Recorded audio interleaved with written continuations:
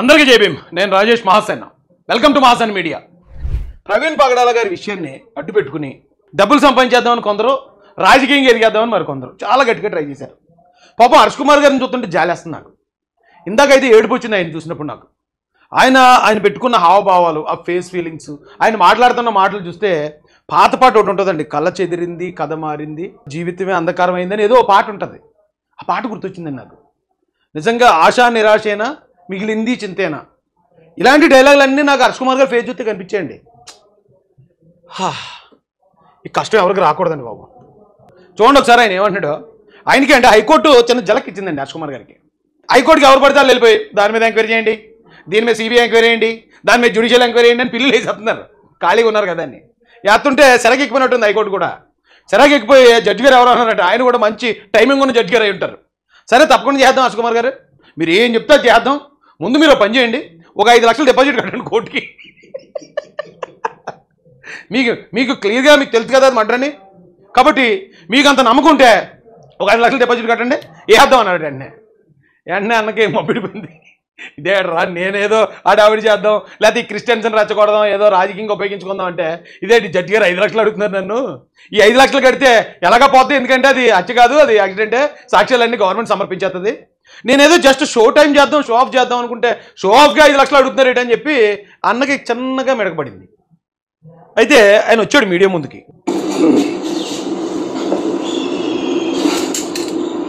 అందరికీ నమస్కారం. ఎప్పుడు అగ్రెసివ్గా ఎవరు అధికారంలో ఉంటే వాళ్ళని తిట్టుకుంటూ అలా ఉంటే హర్ష్ కుమార్ గారు జాలిగా వచ్చారండి వేళ. నాకు కూడా ఇంతకుముందు ఆయన ఒకసారి చంద్రబాబు నాయుడు గారి గురించి ఏదో కొంచెం మాట తూలినప్పుడు నాకు కోపం వచ్చింది, నేను అగ్రెసివ్గా వెళ్ళాను. కానీ ఇప్పుడు చూస్తూ ఉంటే నాకు ఏంటో నాకు యేసుప్రభు శిష్యులు చూసినట్టు అనిపిస్తుందండి. అలా ఉంది ఆయన ఫేస్. అరే ఇంత ప్లెయిన్గా, ఇంత శాంతి సమాధానంతో అన్న మళ్ళీ క్రిస్టియన్ లాంగ్వేజ్ మాట్లాడుతున్నాడండి. అరే ఎంత మార్పు, ప్రవీణ్ గారు యాక్సిడెంట్ ఈయనలో ఎంత మార్పు తీసుకొచ్చిందంటే ప్రైజ్ ద లార్డ్. ఏమంటాడు చూద్దారండి. ఒక విషయం గురించి మీరు ముందుకు వస్తున్నారు. ప్రవీణ్ పగడాలని, మాస్టర్ ప్రవీణ్ పగడాలు గారిని మర్చిపోయారా? అందరూ మర్చిపోయారా? ఆయన మరణాన్ని మనం గుర్తుంచుకున్నది మార్చ్, ఏప్రిల్, మే, జూన్, అంతేనా?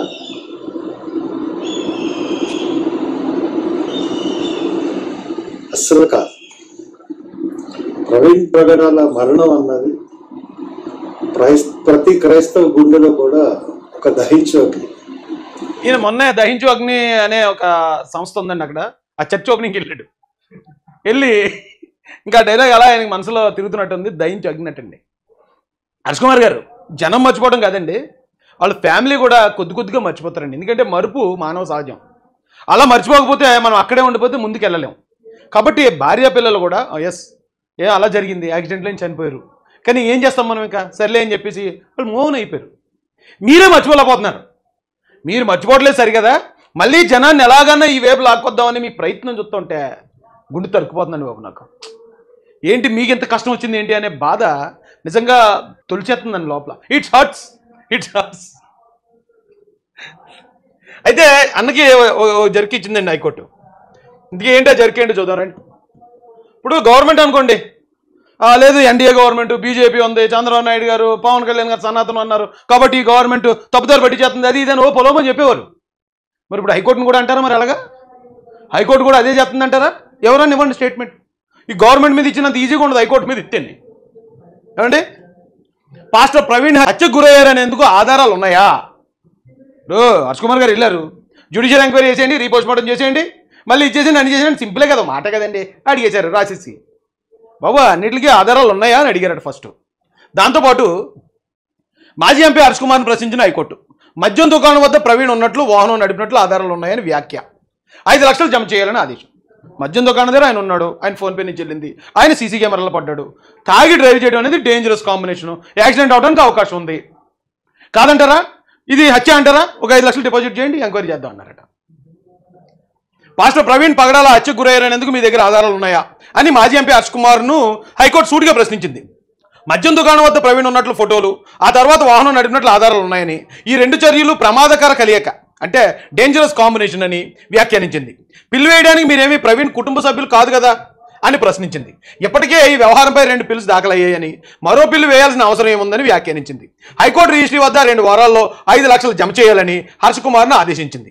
సొమ్ము జమ చేశాక పిల్పై విచారణ జరుపుతామని స్పష్టం చేసింది. సొమ్ము జమ చేసిన వెంటనే రీపోస్ట్ మార్టం చేసేయండి, లేకపోతే ఎంక్వైరీ చేసేయండి అని ఇవ్వరటండి. అప్పుడు దాని మీద విచారణ చేస్తారట. విచారణ అంతా జరిగాక అప్పుడు విచారణకు ఆదేశించాలా లేదా రీపోస్ట్ మార్టం ఇవ్వాలా లేదా అనేది ఆలోచించుకుని ఒకవేళ వద్దు అనిపిస్తే వద్దు అంటారు. ఈ 5 లక్షలు అంఫట్ గవర్నమెంట్ ఖాతాలోకి వెళ్ళి పేద ప్రజలకు ఉపయోగపడతాయి. మంచి పని అది కూడా.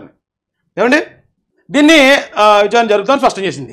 గతంలో దాఖలైన వ్యాజ్యాలతో దీన్ని జత చేయాలని రిజిస్ట్రీని ఆదేశించింది.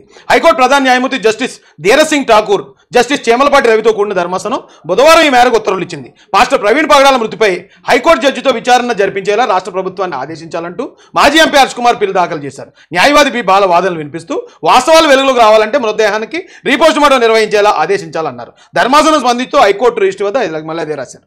అయితే మరి అప్పట్లో చాలా పెద్ద డైలాగులు చెప్పాడండి ఈయన. తెలంగాణలో మా కాంగ్రెస్ గవర్నమెంట్ ఉంది, రేవంత్ రెడ్డితో ఇలా మాట్లాడిచానంటే అలా తవ్వి తీసి చేస్తారు, మొత్తం అందరినీ బయటలాగతాను. మరి ఆ మాటలు గాలి మాటలే. రే ఇంత పెద్ద సీనియర్ నాయకులు అయి ఉండి మీరు అలా గాలి మాటలు మాట్లాడటమే కాకుండా మళ్ళీ ఇలా దొరికేస్తే క్రెడిబిలిటీ పోదు కదండి.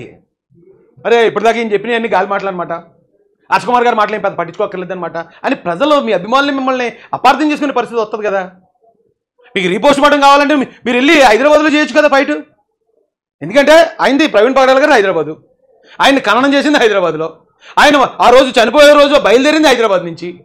సో ఇన్ని మీకు హైదరాబాద్లో మీరు వెళ్ళి అక్కడ చేయకుండా ఎక్కడ రా చేయటండి, ఇక్కడ పెంటీటి. ఇక్కడ ఆల్రెడీ చెప్పేసింది ఈ గవర్నమెంట్.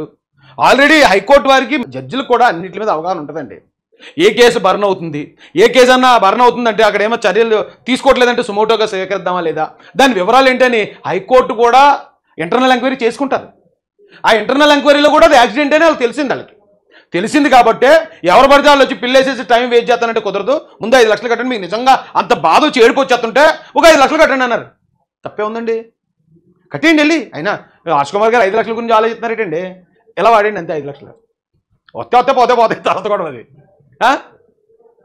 పాపం. ఇక హర్ష్ కుమార్ గారికి ఏం చేయాలో అర్థమవని పరిస్థితుల్లో చివరాఖరిగా ఆయన పోస్ట్ పెట్టాడండి. నిన్న మాస్టర్ ప్రవీణ్ పగడాల గారి కేసు హైకోర్టులో నేను వేసింది, ఈరోజు వాయిదాకు వచ్చింది. అదే రేపు పోస్ట్ మార్టం గురించి సిట్టింగ్ జడ్జి ఆధ్వర్యంలో ఇన్వెస్టిగేషన్ చేయాలని. కానీ గౌరవనీయులని జడ్జి గారు మాట్లాడుతూ చాలా మంది వేస్తున్నారు ఈ కేసు గురించి నేను వాదనలు వినాలంటే 5 లక్షలు డిపాజిట్ కట్టమన్నారు. 2 వారాలు వాయిదా వేశారు, మీకు తెలియపరుస్తున్నానని ఒక ఫోటో పెట్టాడు. ఇక్కడ బాగా వైలెంట్గా ఉంది ఫోటో ఆర్ గ్రాఫిక్ కంటెంట్ అని చెప్పి దీన్ని ఫేస్బుక్ కూడా మూతేసాడు. ఎందుకు వేసాడు చెప్పనండి. ఆ ఫోటో ఎలాంటి ఫోటో పెట్టాడు తెలుసా హర్ష్ కుమార్ గారు? యాక్సిడెంట్ అయ్యి ఆ యాక్సిడెంట్ అయిన వెంటనే తీసిన ఫోటో ఒకటి ఉంటుంది చూడండి.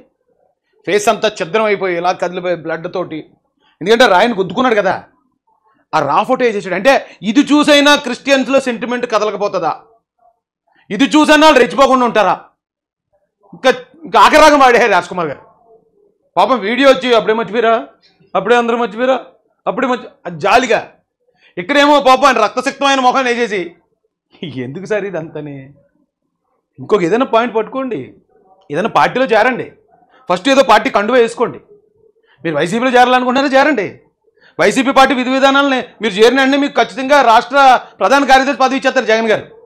అప్పుడు సజ్జల రామకృష్ణారెడ్డిని పక్కన కూర్చోబెట్టి మీరు మొత్తం పాలసీలన్నీ తీసుకెళ్ళండి. ఎందుకండి ఇలాంటివి? చీప్గా ఉంది కదండి. జనాలు తిట్టుకుంటున్నారు, అసహించుకుంటున్నారు. ఏదో మీరు లేకపోతే ఆ 3-4 పాస్టర్ల పేరు ఎత్తుకుని వచ్చిన దొంగలో వాళ్ళ మాటలు విని వాళ్ళనే అనుకోవట్లేదండి. వాళ్ళ వెనకాలన్న కులాన్ని మతాన్ని కూడా అపార్థం చేసుకుంటున్నారు ప్రజలు. తప్పు కదా సార్ ఇది. ఎందుకండి ఇలాంటి రాజకీయం? చచ్చా.